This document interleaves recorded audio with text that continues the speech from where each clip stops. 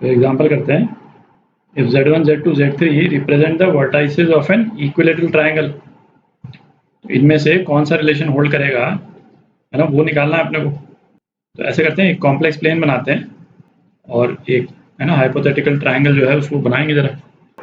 तो ऐसे करते हैं, है ना, किसी भी ओरिएंटेशन का एक जनरल इक्विलेटरल ट्राइंगल बनाते हैं, है ना। सपोज अपना इक्विलेटरल ट्राइंगल कुछ इस टाइप का है, ठीक है। इसका ओरिएंटेशन कैसा है बहुत ज़्यादा रेलेवेंट नहीं है, इस तरह का इक्विलेटरल ट्राइंगल है और इसके 3 वर्टाइसेस क्या दे रखे हैं, z1 z2 और z3, ठीक है। अच्छा, अब हमको z1 z2 और z3 के बीच में कोई रिलेशन निकालना है। तो सपोज इस इक्विलेटरल ट्राइंगल को हम ओरिजिन पे शिफ्ट कर दें, है ना, ओरिजिन को सपोज मैं ओ बोल देता हूँ, ओरिजिन पे शिफ्ट कर दें, मतलब एक पर्टिकुलर पॉइंट जो है ना, वो तो ओरिजिन पे आ जाए, ठीक है। और ट्राइंगल जो है वो यूं का यूं सेम ओरिएंटेशन पे ओरिजिन पे शिफ्ट हो जाए, ठीक है।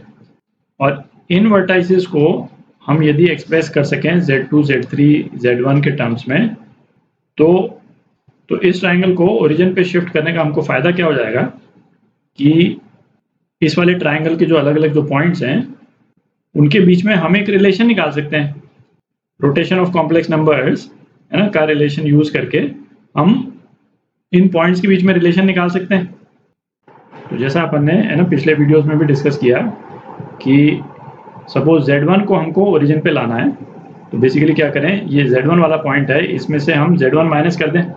तो z1 वाले पॉइंट से हम z1 माइनस कर दें तो ये वाला पॉइंट तो ओरिजिन हो जाएगा, है ना, z1 माइनस z1, ये तो ओरिजिन हो गया, ठीक है। z2 में से z1 माइनस कर दें तो ये वाला पॉइंट यहाँ आ जाएगा, ठीक है। और z3 में से z1 माइनस कर दें तो ये वाला पॉइंट जो है वो यहाँ आ जाएगा। जो रिलेटिव ओरिएंटेशन है इन पॉइंट्स का एक दूसरे के पॉइंट्स के रेस्पेक्ट में, है ना, वो बिल्कुल बरकरार रहेगा यूं का यूं। आप चाहे तो ऐसा भी कर सकते हैं, है ना, एक जनरल ट्राइंगल ले करके और उसमें, है ना, इस तरह का ऑपरेशन करके देखें और उसको एक्चुअल ड्रॉ करके देखें आप कॉम्प्लेक्स प्लेन में, है ना, मतलब कॉम्प्लेक्स प्लेन में क्या एक्स वाई डायग्राम बना करके आप देखें, तो ट्राइंगल का शेप और ट्राइंगल के अलग अलग साइड्स का जो ओरिएंटेशन है वो ओरिजिनल ट्राइंगल के जैसा ही रहता है। तो इस वाले ट्राइंगल को देखें, ये वाला एंगल जो है ये क्या है, ये तो π/3 है, ठीक है। तो z2 माइनस z1 को यदि हम रोटेट कर दें π/3 से तो z3 माइनस z1 आ जाएगा।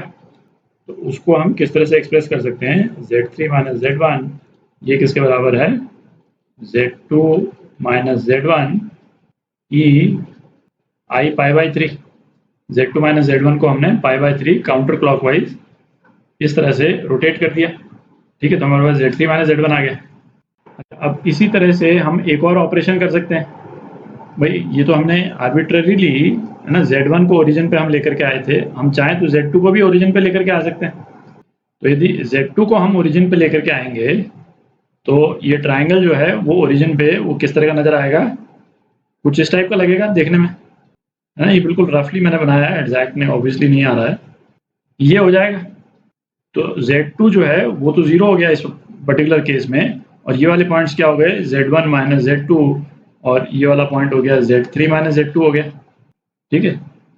अगेन सेम लॉजिक, क्योंकि इक्विलेटरल ट्राइंगल है तो ये एंगल क्या है, π/3।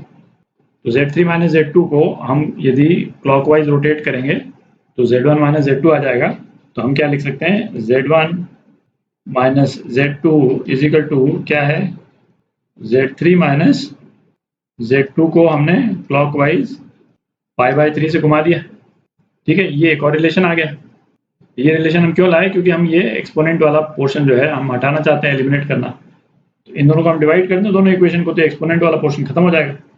तो अपने पास में क्या आ जाएगा, z3 minus z1 upon z1 minus z2 is equal to z2 minus z1 upon z3 minus z2।